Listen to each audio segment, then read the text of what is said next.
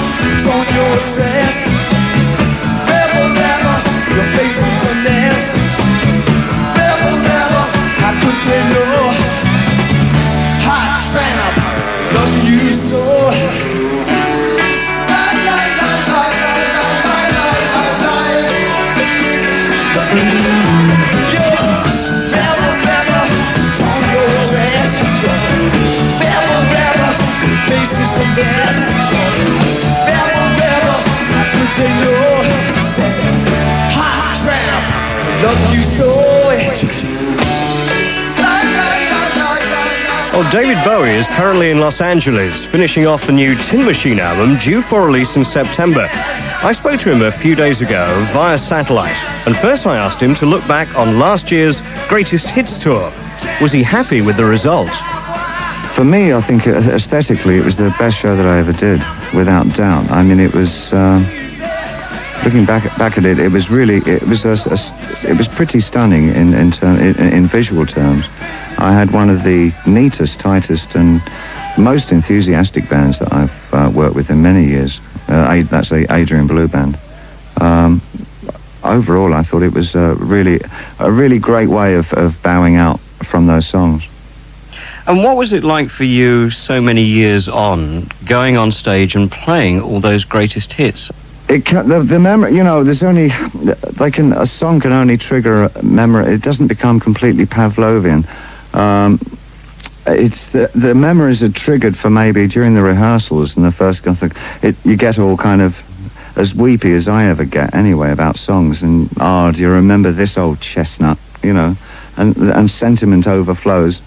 We all wipe our eyes, and then we're fed up with the damn thing in about 7 days with continually playing it. And it tends to get like that on any tour for me. I mean, and with older songs, it's really hard to sing them with any degree of enthusiasm or integrity after a bit, because frankly, it just becomes like a discipline, you know, because you've got to do that song that night because it's expected of you. But when you've been doing it for 8 months every single night, let's not cheat, say 4 times a week, it's really hard to conjure up its potential magic, and you have to rely on the song itself to produce the magic that it had inherently in the beginning, you know. But there again, having said all that, by the time you get round to the last 5 or 6 performances and you realise that it's the last time you're ever going to sing them again, I think there's a whole it's a real watershed of emotions, you know, because you're putting away an awful lot of creative life there, and it was a real tough decision to make. I mean, it's an easy cop-out at the end to say, well, that might have been the last time up, you know, but this was for real. I mean, that was it, you know. Well, was there any point, David, during that tour when, I mean, especially towards the end, where, you know, you knew that this was going to be the last few performances of Suffragette City or Changes or any of those? Yes. Where you thought, hang on a minute, I'd actually like to keep singing these. Was there ever a point where you thought you might change your mind? Frankly, in that way, maybe only a couple, and they come from the very late 70s period. Things like Ashes to Ashes, and let's see, things like Sound and Vision, which were kind of new to me because I hadn't actually played Sound and Vision on stage ever before. So that tour, it was still fresh for me, that song, in a way, you know, as a performer, because I hadn't been doing it for 16, 20 years. So that was sort of, it was kind of a shame that they had to go. Well, when you got to go, you got to go. And they had to go as well. Follow all the other little songs through the door into time and get covered in cobwebs.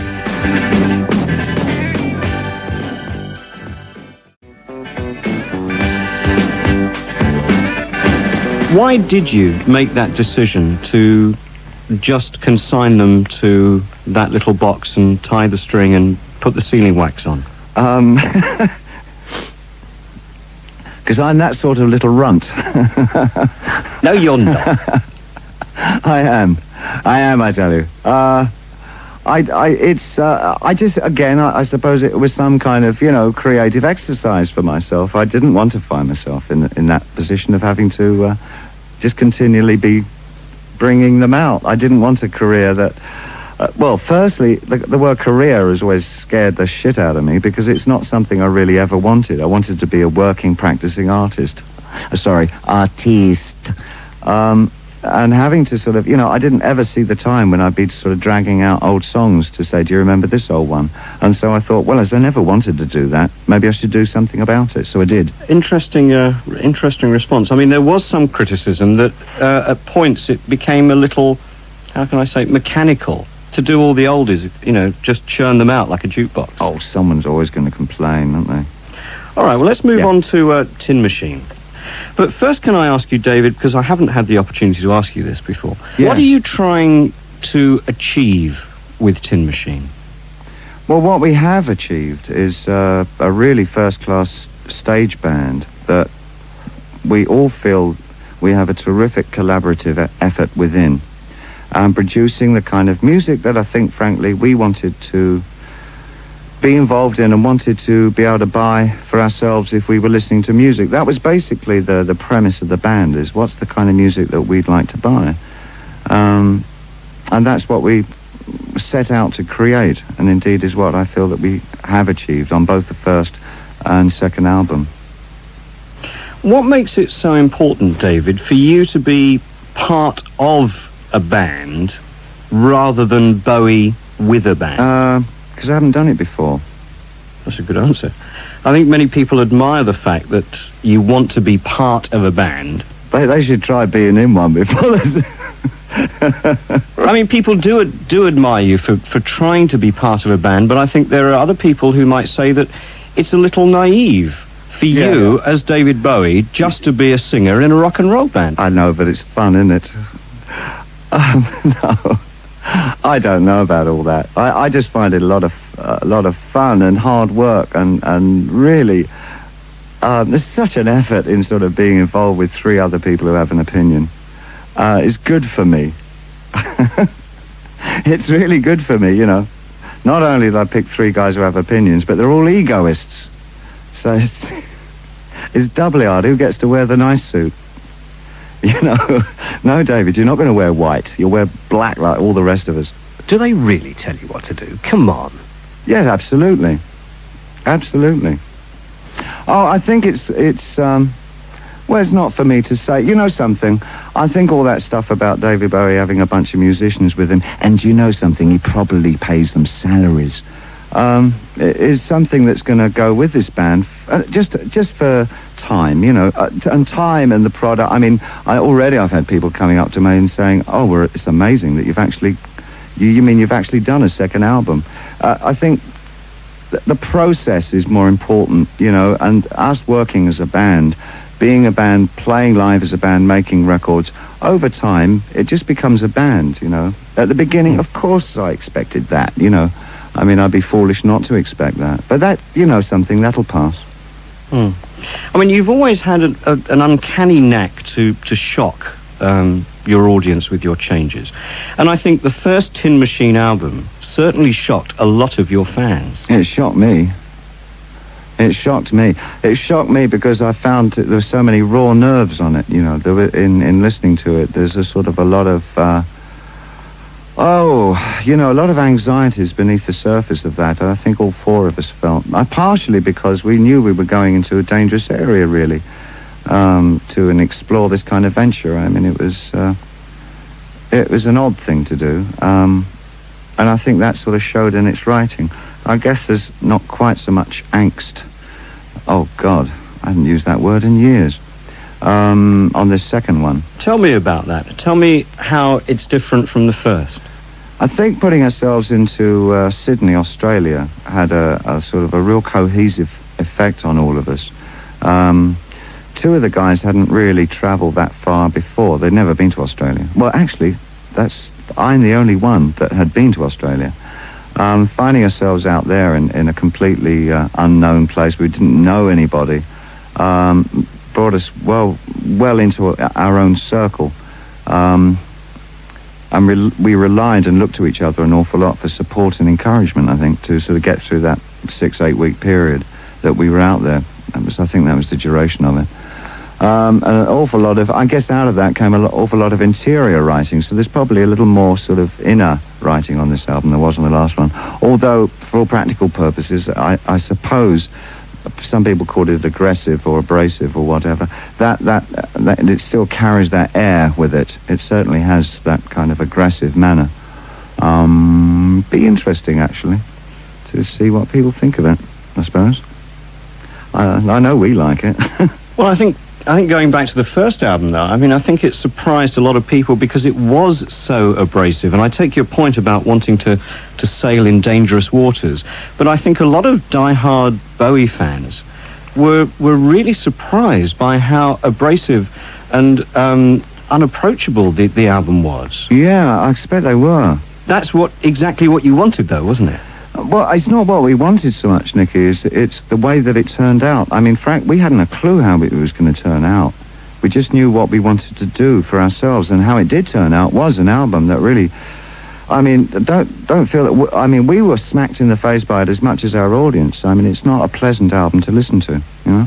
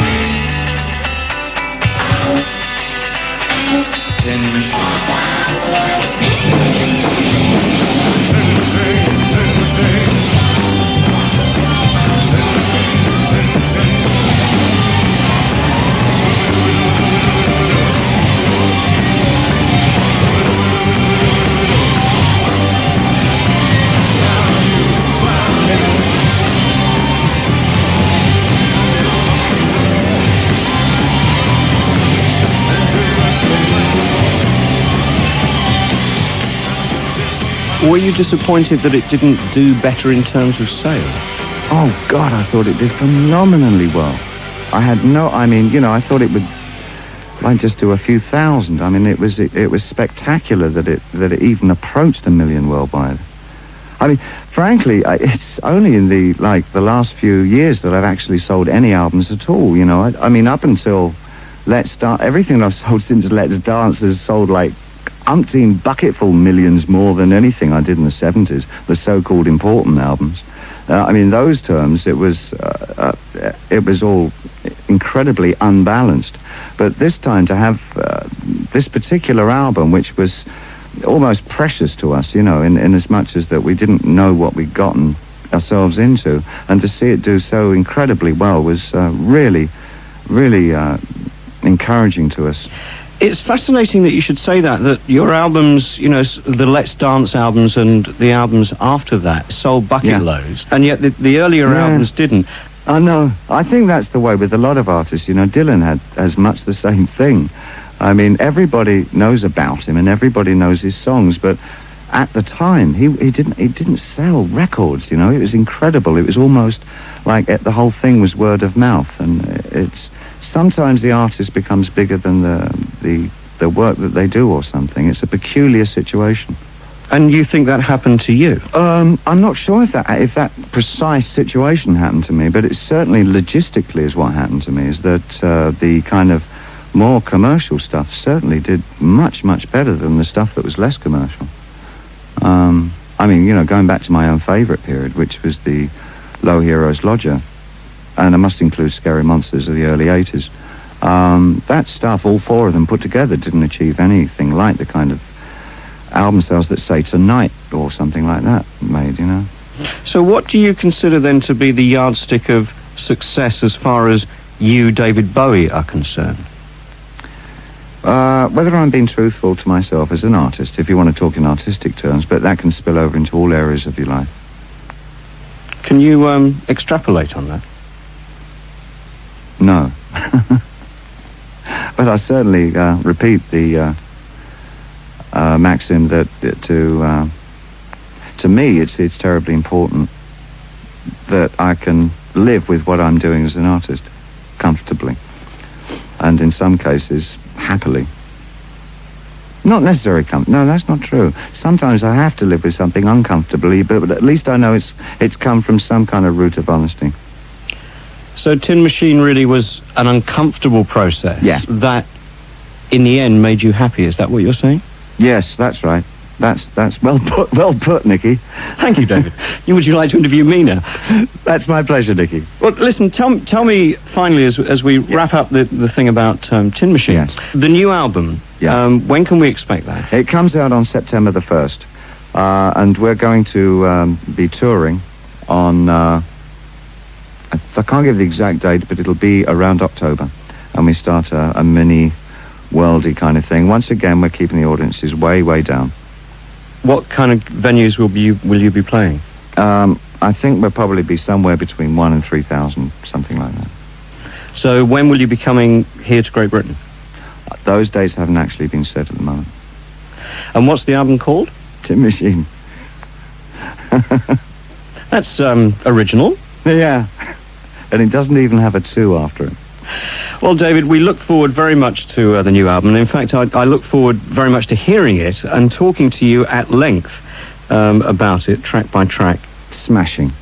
I really look forward to that. Thanks once again, David. Thanks a lot, Nicky. That was really good.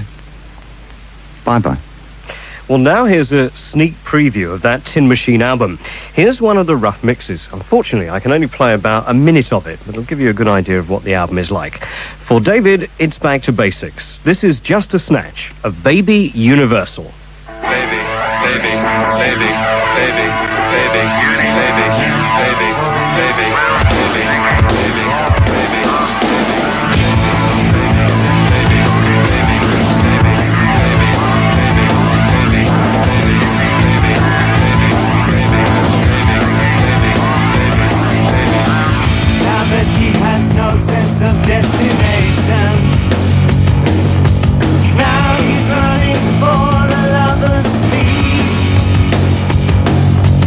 when the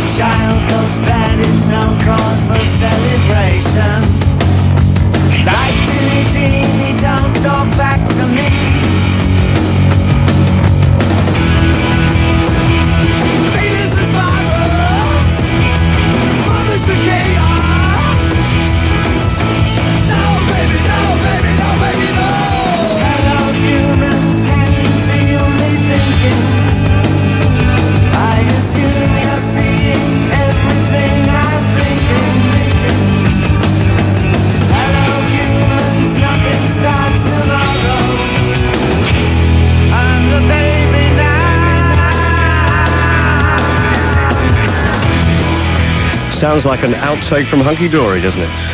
Now, I'd love to play you more of that, but if I do, I'll get my knees broken. That's Baby Universal, one of the demos from David Bowie's Tin Machine album, which is due out on September the 1st. And I really hope you enjoyed that. David Bowie from Los Angeles.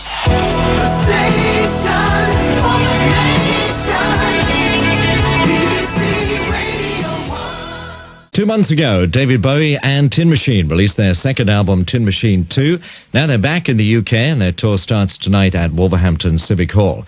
Now, in a special program, David Bowie and the band talk to Nicky Horne.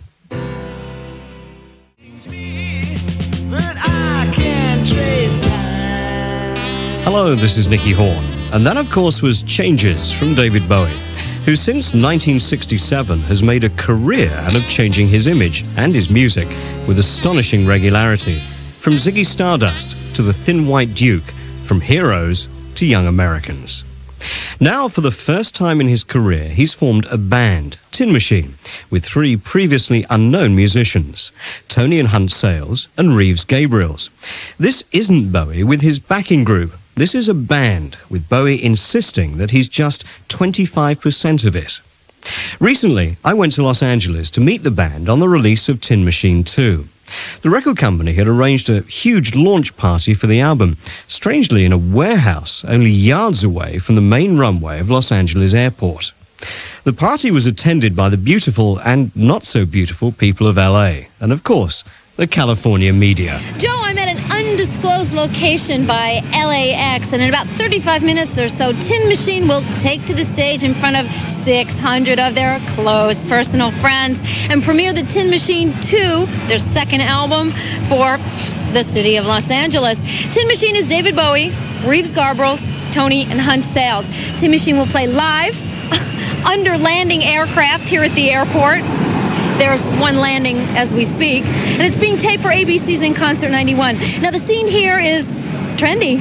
After all, it's a Sunday night in the big town. The industry is dining out on sushi and designer pizza. Now, about the Tin Machine tour, which is, by the way, going to be their first one, that is their first world tour, and it begins in Europe in October and then hits our shores in November, and they'll play for 6 weeks in theaters across America. Exactly the date they'll start in Los Angeles is yet undetermined, or they don't want to tell me. We are live with David Bowie, the Tin Machine, at LAX under the 747s. I'm Gail Murphy on 95.5 KLOS. Baby, baby, baby, baby. Reversal from Tin Machine 2. I caught up with the band during rehearsals, and I asked David if for the first time in his life he found it difficult to be just a singer in a rock and roll band. Yeah, without doubt. Especially for me, because I found it initially quite difficult working within the context of a band. When you're used to a situation where you have the last opinion, you have the last say on everything, it's sort of, it's touch and go in the beginning to kind of, find that you have made a decision to relegate yourself to a quarter of what's going on. So that's one aspect of it. But also, I think you're standing up for yourself so much in the beginning that you start to learn to be more tolerant of other people's opinions and attitudes, and you start to you give everybody more freedom for themselves to be more expressive of what they want to do. And everybody seems to have done that. And you get a situation where, I'm not saying we have rows all the time, but they're rows based on a real kind of where the band is the centre of the interest on it, and the rows aren't foundless. I mean, there's some point to them, and it's for the good of the band generally. You said to me in an interview that we did a couple of months ago on Radio 1, when we were talking about this and the album had just about been finished. Yeah. You said, this is really good for me. In what particular way is it good for you?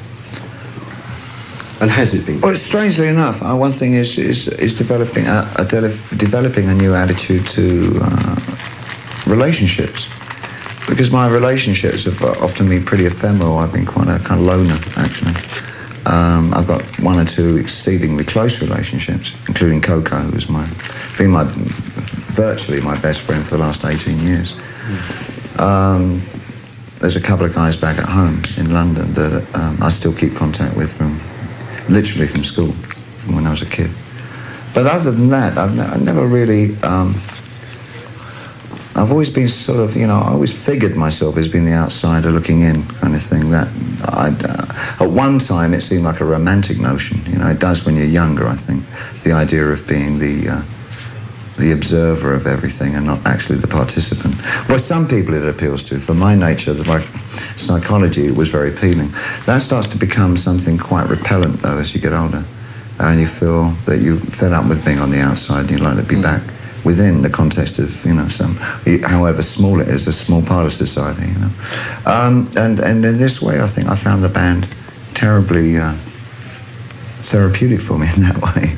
Which is good, because, I made a vow to myself a number of years ago that I'd stop pushing myself and giving myself to music, which I found I'd done that with most of my life, that I didn't have a life. Everything I was doing was about music and performance and all that, which is fundamental to being younger, I think. But the older I've gotten, I want the music to do something for me now. I want the music to be an integral part of my life, as opposed to my life being an integral part of my music's. Is that why you're now sort of thinking about, 46?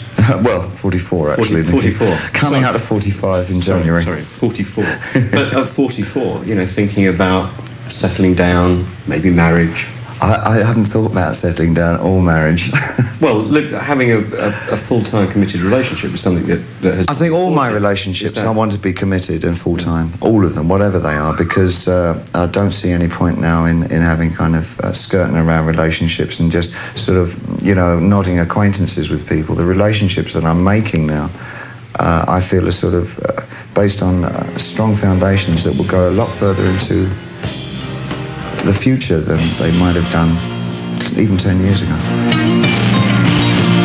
Swarming around Tin Machine like flies. But frankly, there was only one person they were interested in, the famous lead singer.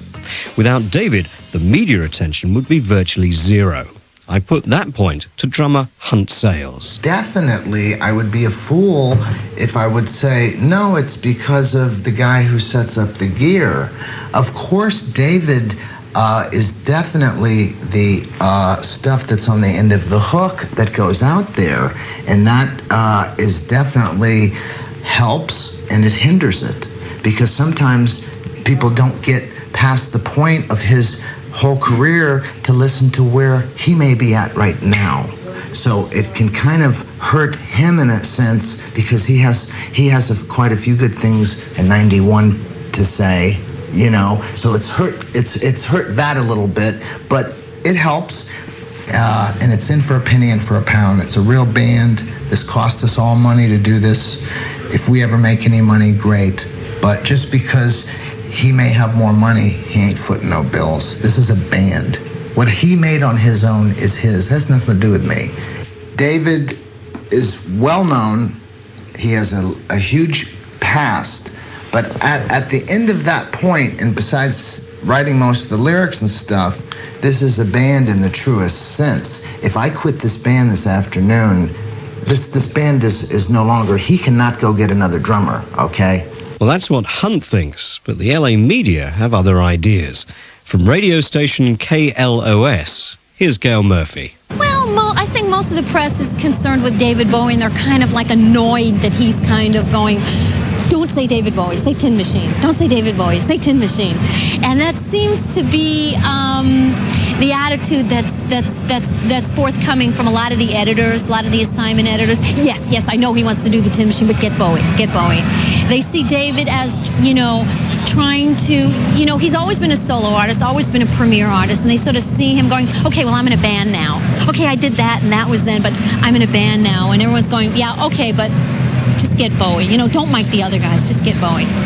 So do you think that, to a certain extent, the press here are sort of humouring David? I think they tend to feel that this is a project of David's, and it will run its lifespan. We'll never see or hear from these musicians again, and then David will go on and do something else ultimately, and they will have had something in the can during David's Tin Machine era. Still, in this country, people will write down David Bowie's band, Tin Machine, or we're validated because David Bowie is in the band, and we're validated because we're his band. But that's not the way it is. And I guess it'll just be time before people see that it is in fact a group. And yes, everyone's equal, but some are more equal than others. I mean, that's life. Tin Machine's bass player, Tony Sales. Well, no one doubts Bowie's sincerity about wanting to be just 25% of a band. But how does David think he can ever achieve that? Time, more albums, more live performances. Time will take care of it. We can't push it. We can't tell people how to perceive this band. The one thing that will change the perception of the band is time.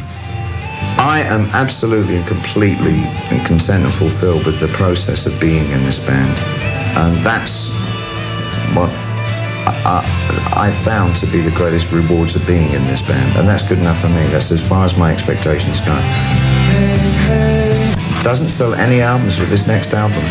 That won't diminish the chances of this band working together, because as long as we're working and enjoying the music that we're making, we'll continue to make albums. Whether they sell or not was immaterial to it. Tin Machine is for the music that it's playing. But I'd like to think, for instance, say if the band broke up, that it would be broke up in such a way that Hunt and I, for instance, could still be friends and know each other. Right. You know, I mean, there's no need for... There's a way of saying to each other, in all honesty, we've done it, guys. There is nothing else that we can pull out of each other as musicians, you know. One shot. So it seems that Bowie has a long way to go before he can convince the world that he's just a member of a band. Tin Machine hope that as time goes by, the public's preconceptions and media cynicism will fade and the music will be allowed to speak for itself. So what does the future hold for David Bowie and Tin Machine? Guitarist Reeves Gabriels. The most dangerous thing that could happen to us would be a point where we felt disconnected from our audience. And I think playing gigantic places, I don't really see that. I don't personally. I wouldn't want to do that personally. We would play consecutive nights at a more reasonable size, you know. But if something like that happens, it would happen over a period of time, so it wouldn't be as unnatural as Tin Machine coming out with their first record and trying to play 60,000 seats and preying on the expectation that people might have that we would be doing David Bowie material. If the band is enormously successful and you start doing larger gigs, and I know that there's a deliberate policy to keep the venues down, which in itself creates demand, but it also gives you an opportunity to get close to your audience, which is what you want. But let's just suppose that the band gets enormous, very successful, and starts doing bigger gigs, stadiums, that kind of stuff. Yeah? Wouldn't you then, David, be back where you started? I can't forecast that. That's such a hypothetical question. Because we have a band doesn't mean that I will forsake any solo career. And one day I may want to go back in the studio and do solo albums again. And nothing's been abandoned in that way.